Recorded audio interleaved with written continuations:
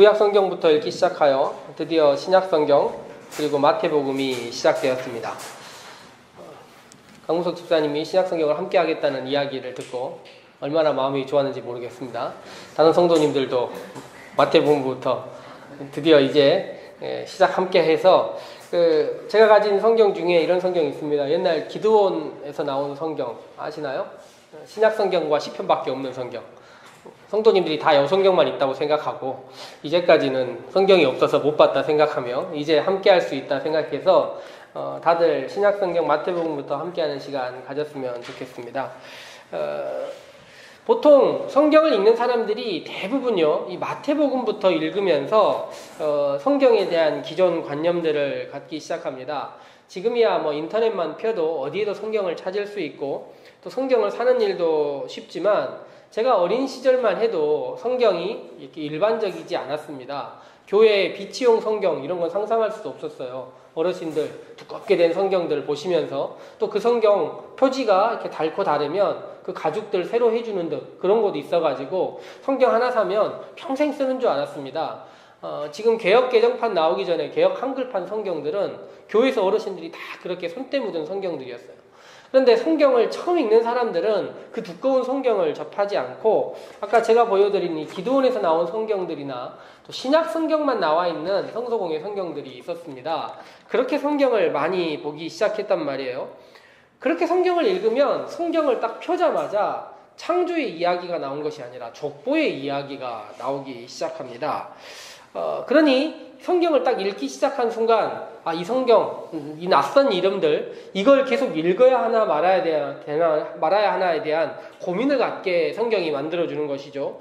그리고 조금 더 지나고 나면 이 수태고지의 장면과 함께 우리가 상상할 수 없었던 이야기들이 하나하나 진행되는 것을 볼 수 있습니다.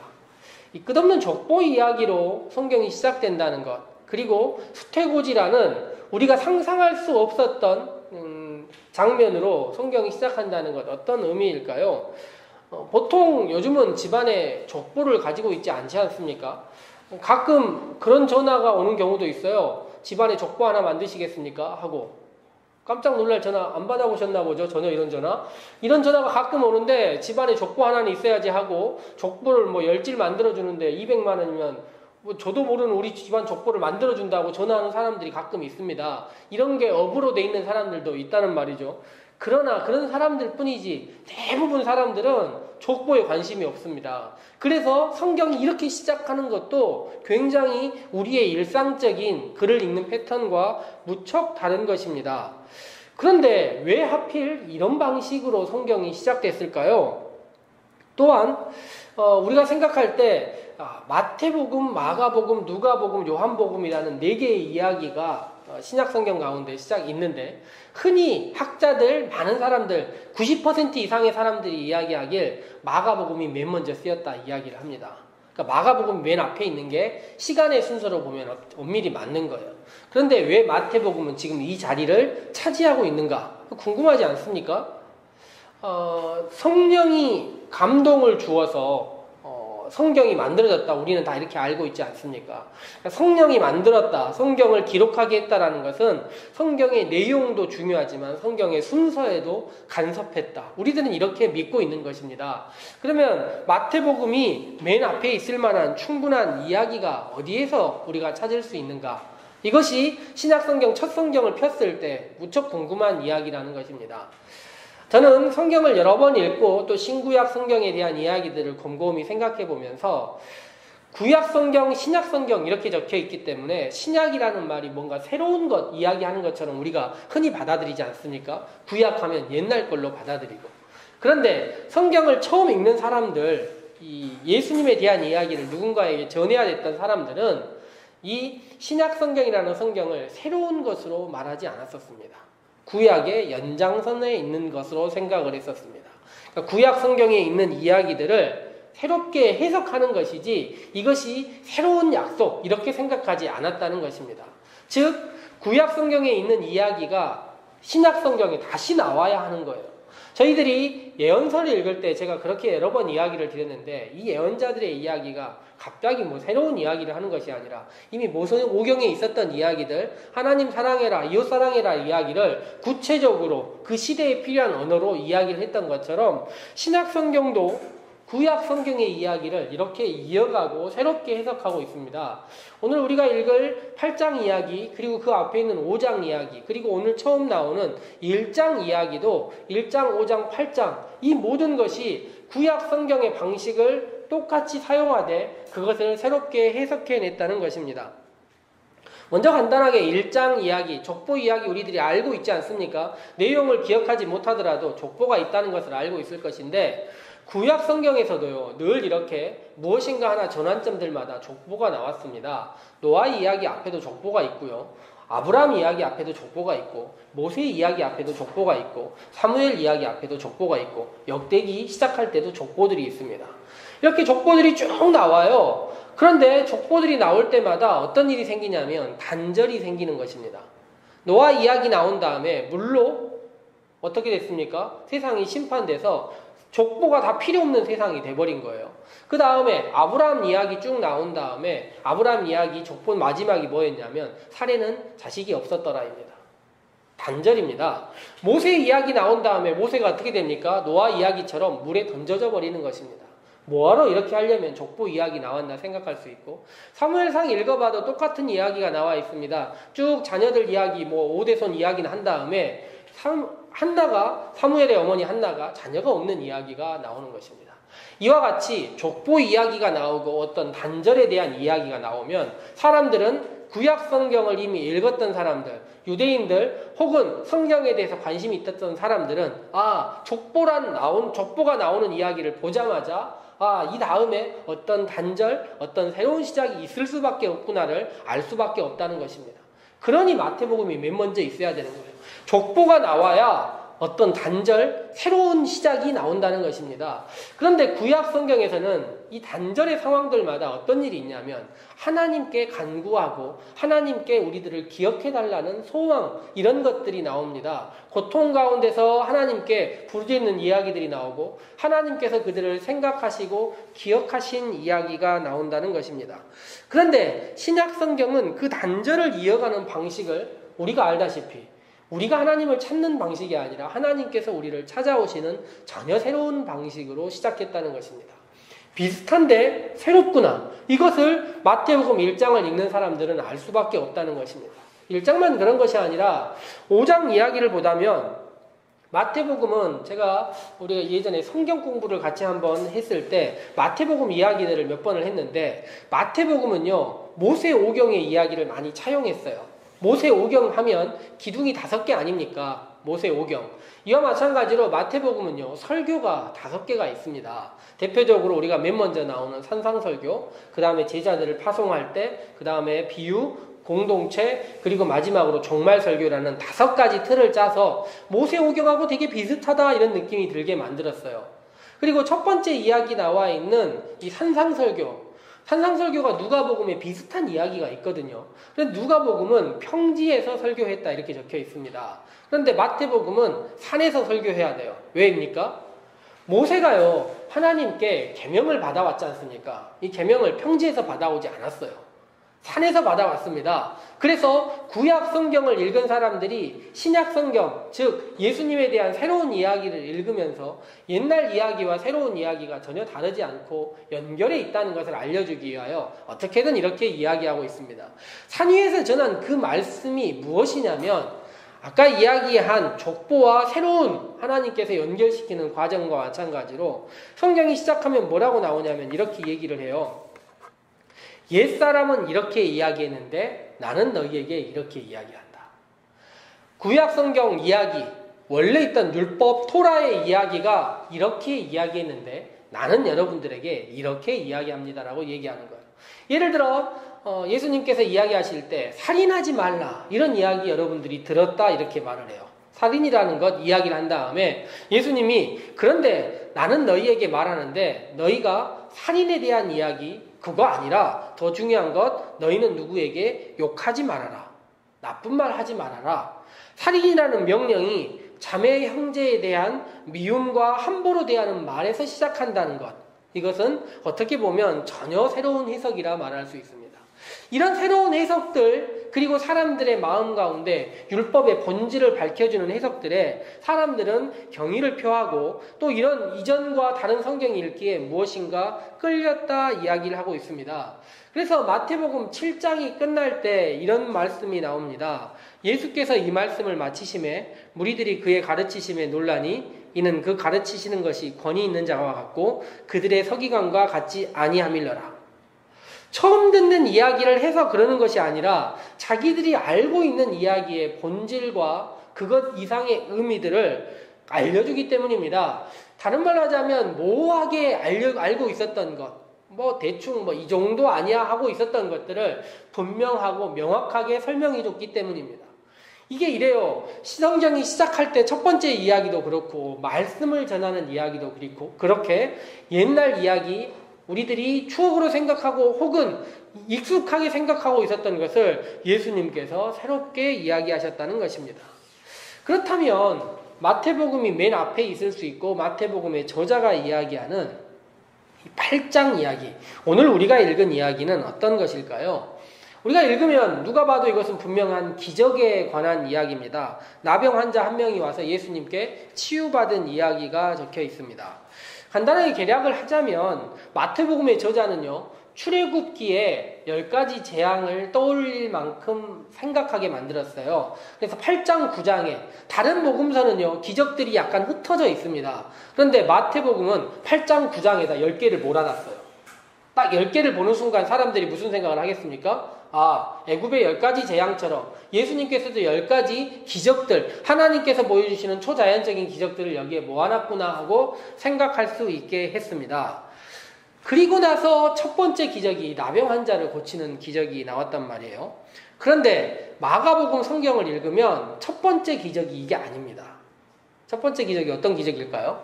예수님께서 회당에서 귀신을 쫓아내신 기적이 첫 번째 기적이에요. 이거는 학자들 사이에 공공연하게 이게 1번이다 다 이렇게 얘기를 합니다. 그렇다면 마태복음은 왜 요거를 1번에 놓지 않고 나병 환자 고치는 걸 1번에 놨을까요? 이것은 분명히 시간의 흐름에 따라 성경이 구성되지 않았고 의미의 흐름에 따라 구성되었다는 것입니다. 그리고 마태복음의 저자는 우리에게 왜 얘가 1번인지를 알기를 요청하는 거예요. 이 나병 환자 고쳐주는 게 왜 맨 먼저 있는지를 알기를 바라고 있는 것입니다. 성경을 읽으면서 말이에요. 구약 성경을 읽고 신약 성경, 새롭게 말씀 전해진 이 이야기를 읽으면서 이거 알았으면 좋겠다라고 이야기하고 있는 것입니다. 그것을 한번 생각해 보면서 한번 말씀으로 들어가 보도록 하겠습니다. 1절 말씀 같이 보시면요. 1절 말씀 시작에 이렇게 적혀 있습니다. 예수께서 산에서 내려오시니 수많은 무리가 따랐다 이렇게 적혀 있습니다.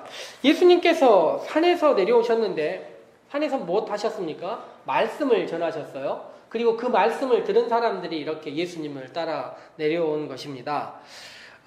저는 이제까지 이 말씀을 보면서 말씀을 듣고 싶은 사람들, 많은 사람들이 예수님을 따랐다 이렇게 생각할 수 있습니다. 제가 산상설교, 산위의 설교를 이야기하면서 두 종류의 사람들이 예수님의 말씀을 흔히 들었다 이야기를 해요. 첫 번째는 무리, 두 번째는 제자입니다. 예수께서 5장 1절에 보면 이렇게 나오죠. 예수께서 산 위에 올라가 앉으시니 제자들이 나아온지라. 이렇게 나와요. 예수께서 무리를 보시고 산 위에 올라가 앉으시니 제자들이 나아온지라. 두 종류의 사람이 있었던 것입니다. 그러니까 무리라는 사람들, 우리가 흔히 생각하는 무리가 없을 무의 마을이에요. 그러면 이 무리가 뭡니까? 동네, 고향이 없는 사람들입니다. 그러면 떠돌아다니는 사람들이죠. 이 떠돌아다니는 사람들은 자기가 듣고 싶은 이야기를 향하여 갑니다.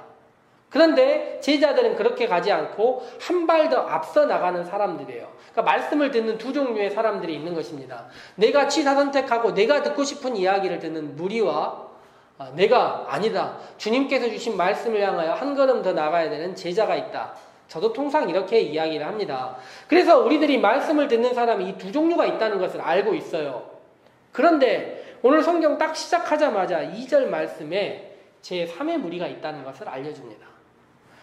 자기의 뜻에 의해서 아니면 한 걸음 더 나가서 말씀을 어쨌든 말씀과 함께 할 수 있는 사람이 있는가 하면 말씀과 아예 함께 할 수도 없고 그 자리에 갈 수도 없는 사람이 있다는 것입니다. 적어도 한 걸음 더 걸어간 사람들 아니면 자기가 취사선택해서 말씀을 들을 수 있는 사람과 달리 그 자리에 아예 갈 수도 없는 사람이 있다는 것을 2절 말씀은 보여주는 것입니다. 연초에 우리는 아픔이 길이 되려면이라는 책을 함께 읽었습니다. 책을 읽다 보니 사회적 질병 이런 것들에 대한 이야기가 나옵니다.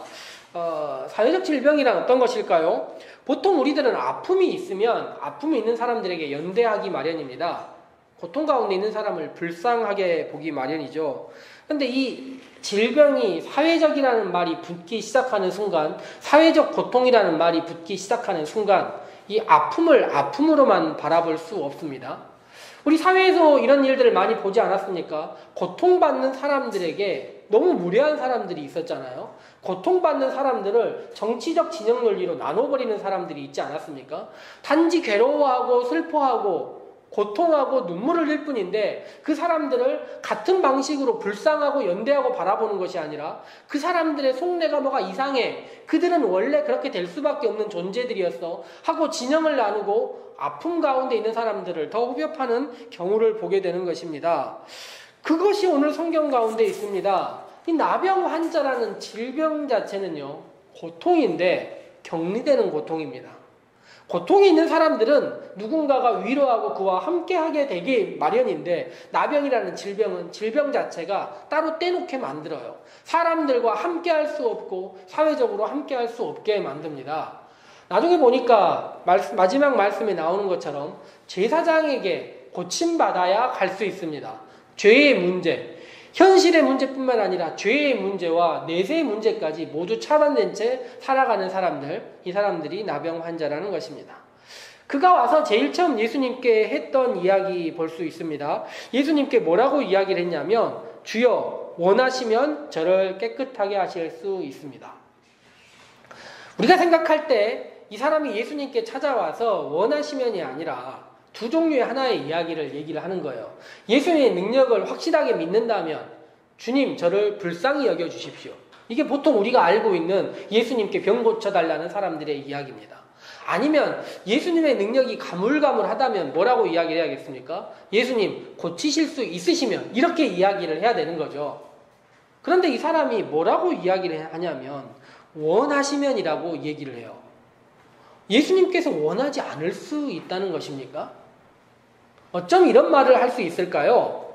질병이 사회적으로 변하게 되면 질병 자체에 대해서가 아니라 질병에 대해서 타인들이 나를 어떻게 생각하는가에 대해서 다양한 가치 판단을 하게 된다는 것입니다. 그러니 이가 이렇게 이야기를 하는 것입니다. 원하시면 저를 깨끗하게 하실 수 있습니다. 예수님의 마음이 어떠셨을까요? 이렇게 말하는 그 말을 듣고요. 다른 성경들을 읽어보면 예수님께서 분노하셨다. 왜냐하면 이런 상황을 만든 사회 구조를 보고. 또 다른 성경 보면 예수님께서 불쌍히 여기셨다.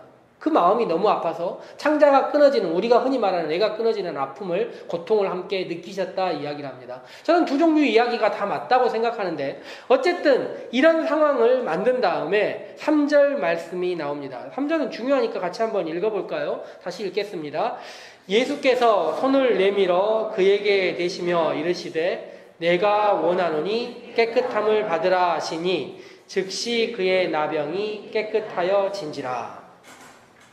저는 이 3절 말씀, 이 말씀 때문에 이 구절이 맨 앞으로 왔다 생각합니다. 제가 이미 얘기 드렸던 것이 무엇입니까? 마태복음이 원하는 것이 새로운 이야기를 원하는 것이 아니고 이미 일어난 이야기를 새롭게 해석하는 것을 원합니다. 족보와 새로운 연결, 구약의 말씀과 새로운 해석. 신약성경에 나와 있는 예수님의 기적들은요, 상당수는 구약성경에 나오지 않는 기적입니다. 중풍병자를 고쳤다, 안 보는 사람 보게 했다, 이런 이야기들이 구약성경에 없는 이야기예요. 열병 고쳤다, 이런 이야기들이 없습니다. 예수님이 대부분 하셨던 이적들도 많이 구약성경에 나와 있지 않아요. 그런데 구약성경에서 놀랍게 이 나병을 고친 이야기들은 몇 번 나옵니다. 우리들이 잘 아는 이야기들 가운데 대표적인 이야기가 모세의 누이 미리암이 나병에 걸렸던 이야기 혹시 기억하십니까? 민수기 12장에 보면 미리암과 아론이 모세에게 가서 너만 잘났냐 뭐 이런 이야기 하다가 나병 걸린단 말이에요. 나병 걸려가지고 하나님께 치유해달라고 이야기합니다. 그랬더니 치유의 방식으로 뭘 택하냐면 진 밖에 나가서 격리해서 일주일간 있어라 이야기를 합니다. 격리가 치유였던 거예요. 그 다음에 보면 나아만이라는 장군, 아람의 군대 장관이 누구를 만나는 이야기를 기억하십니까? 엘리사를 만난 이야기가 나와요. 예, 나아만이라는 사람이 엘리사를 만나러 갔는데 엘리사가 병을 어떻게 고쳐줍니까? 문에서 나오지도 않아요. 문 밖에 나오지도 않고 뭐라고 이야기합니까? 요단강에 가서 씻어라 이야기를 합니다. 구약 성경에 나병을 치유하는 이야기가 있는데 나병 환자 이야기가 또 나오는 이야기가 있어요. 이 엘리사에 관해서 한 번 더 나오는데 아람과 이스라엘이 싸웠을 때 이스라엘이 다 죽게 생겼어요. 거의 전투에서 완전 무너지게 생겼을 때 예루살렘 성 밖에 있었던 누굽니까? 이스라엘 성 밖에 사마리아 성 밖에 있었던 나병 환자 4명 이야기가 나옵니다. 이 사람들이 아람 진영에 가보니까 이 사람들이 군인들이 다 도망가 버린 이야기가 나와요. 그래서 그 나병 환자들이 먹을 거 막 다 챙겼던 이야기가 나옵니다. 저는 성경을 읽으면서 나아만은 고쳐줬는데 이 사람들에 대한 치유는 왜 없는가? 이런 생각이 들었단 말이에요. 구약 성경은요, 치유가 일어나는데 치유의 대상이 유명한 사람들이에요. 아무나 고쳐지는 게 아닌 것 같습니다. 나병이 다 있더라도 그 사람들에 대한 직접적인 치료가 나오지 않아요. 또 한 가지 무엇입니까? 그들을 치유할 때 접촉을 하는 치유가 아닙니다. 격리나 명령으로 하는 치유라는 거예요. 신약 성경이 시작하고 예수님께서 첫 번째 기적을 베푸시는데 첫 번째 기적이 무엇입니까? 이름 없는 한 나병 환자예요. 예수님께서 말씀을 전하실 때 그 자리에 함께 할 수도 없는 사람이라는 것입니다. 그런데 예수님께서 이 사람을 치유하시는 거예요. 첫 번째 대상으로 이 사람을 치유하시는데 어떻게 하신다는 것입니까? 손을 내밀어 그에게 대시며. 전혀 새로운 방식입니다. 구약 성경을 읽고 신약 성경 예수님께서 함께 하신 이야기를 읽는 사람들은 이 이야기를 읽자마자 전적으로 새롭구나를 알 수밖에 없습니다. 구약의 기적과 전혀 새로운 방식의 기적입니다. 익명의 사람들이라도 치유를 받는구나. 치유받는 방식이 격리하고 따로 떼놓는 것이 아니라 부정하다 생각한 사람들을 접촉하고 함께한다 이야기하는 것입니다. 그리고 나서 예수님께서 하셨던 이야기가 뭡니까? 그 사람이 했던 이야기, 원망 섞인 이야기, 믿을 수 없는 이야기, 사회적 질병의 고통으로 함께하는 이야기, 원하시면 저를 깨끗하게 하실 수 있나이다 였는데 예수님께서 뭐라고 얘기하냐면 그가 했던 이야기를 똑같이 하시는 거예요. 원하노니 깨끗함을 받아라. 그가 했던 이야기는 불평과 원망의 이야기, 될지 안 될지 모르는 불가능성의 이야기였지만 예수님께서는 그것이 치유의 이야기가 된다고 알려주신다는 것입니다. 이것이 마태가 하고 싶은 이야기, 마태가 우리가 성경을 새롭게 읽고 예언서의 이야기, 토라의 이야기, 율법서의 이야기가 새롭게 나오는 것이 아니라 이미 있었던 이야기, 그것의 본질을 향하여 한 걸음 한 걸음 가고 따라잡는 이야기가 오늘 우리가 읽는 마태복음의 이야기라는 것입니다. 신약 성경이 어떻게 시작합니까? 어떻게 하나님과의 끊어진 관계가 연결됩니까? 과거에는 끊어진 관계 이어달라고 기억해달라고 기도하는 이야기지만 하나님은 우리를 돌보시고 불가능한 일들을 전혀 새로운 방식으로 가능케 하신 새로움으로 우리에게 들어오기 시작합니다. 또한 말씀을 어떻게 읽어야 됩니까? 원래 뜻을 곡해하고 원래 뜻을 형식주의로 바꾸었다면 아니다. 그 본질을 생각해라 하는 이야기가 나와 있는 것이고 마지막으로 오늘 우리에 있는 것처럼 어떻게 사람과의 관계 속으로 들어갑니까? 아픔이 있는 사람을 찾아가고 그를 격리하고 과거의 방식이 아니라 전혀 새로운 방식으로 그를 향하여 따뜻하게 손을 내밀고 그를 향하여 그의 원망 섞인 말을 새롭게 변화시켜주는 이런 방식으로 복음서가 시작되고 있다는 것입니다. 복음서는 과거의 것을 새롭게 해석하되 과거의 것의 본질을 향하여 더 한 걸음 나아가는 이야기로 시작하고 있습니다. 이번 주 새롭게 읽으실 복음서들도 이와 마찬가지로 구약과 전혀 새로운 이야기는 아니지만 구약에 있는 이야기들을 한 걸음 더 깊이 들어가서 그 본질을 향하여 나아갈 것입니다. 한 주일 동안도 말씀과 함께 하시고 주님께서 주신 은혜와 함께 하시는 성도님들 되시기를 소망합니다. 함께 기도하도록 합시다.